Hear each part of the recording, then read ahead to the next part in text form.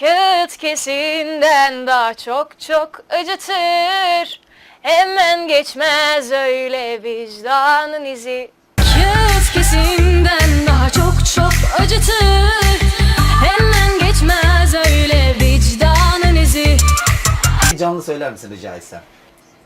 Müzikal söyleyeceğim. Melodi. Tabii müzikal. Kağıt kesinden daha çok çok acıtır. Bir daha söyler misin? Kağıt kesinden. Kağıt diyebilir misin rica etsem? Kağıt. Kağıt kesin. Kağıt. Kalkı.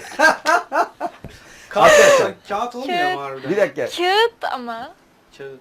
Kağıt. Şapkası Kağıt var mı? ya ondan. Kağıt mı? Şapkada Kağıt. Ama öyle olmuyor. Kağıt kesinden oluyor. Olmuyor. Tamam bir daha tekrar söyle. Yani sonuna kadar söyle. Tamam. Kağıt kesinden daha çok çok acıtır. Hemen geçmez öyle vicdanın izi.